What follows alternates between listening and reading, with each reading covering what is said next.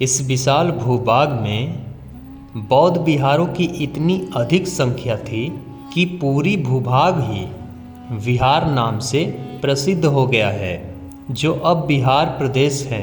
प्राचीन महाबोधि अब आधुनिक बुद्ध गया नाम से जाना जाता है, जो गया रेलवे स्टेशन से 12 किलोमीटर दक्षिण में फल्गु नदी यानी प्राचीन निरंजना नदी के किनारे स्थित है।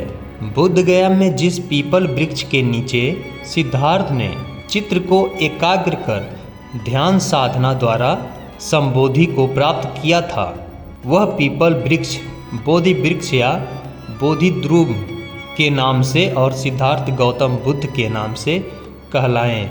बुद्धत्व प्राप्ति का यह महान स्थान वज्रासन बोधि मंडप कहलाया।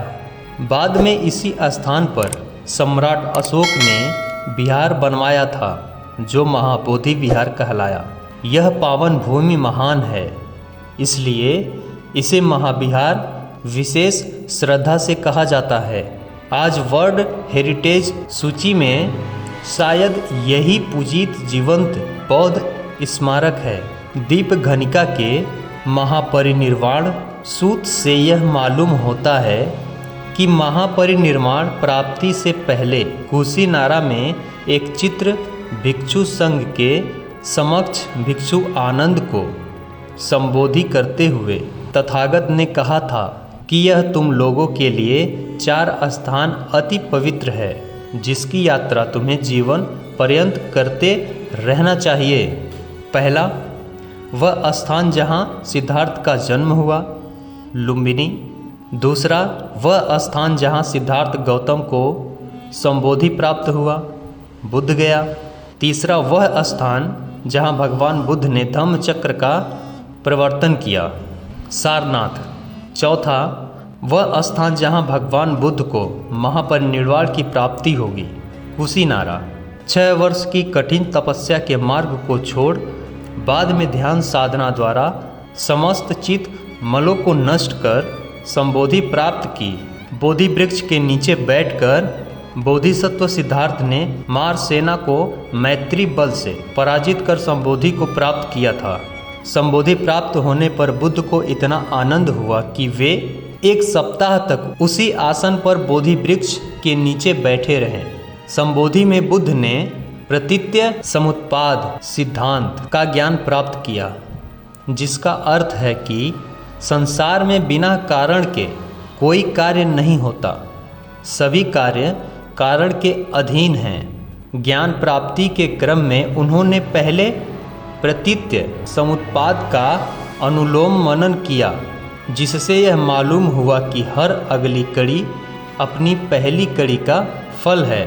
इसके बाद उन्होंने प्रतीत्य समुत्पाद का प्रतिलोम मनन किया, जिससे पता चला कि यदि किसी भी एक कड़ी को तोड़ या अलग कर दिया जाए तो पूरी श्रृंखला छिन्न भिन्न हो जाएगी। अर्थात अविद्या के संस्कार का विरोध होगा। संस्कार का विरोध होने से विज्ञान उत्पन्न नहीं होगा।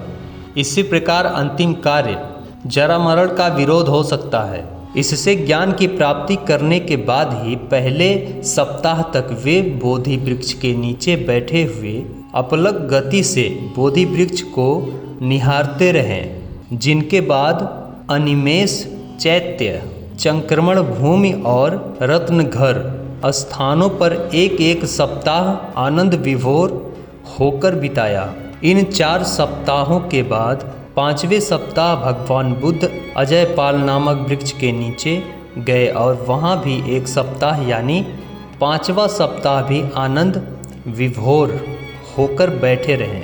6ठे सप्ताह में वे मुचलिद वृक्ष के नीचे गए और वहाँ भी सप्ताह आनंद से बिताया। 6ठे सप्ताह में एक विशेष घटना घटी।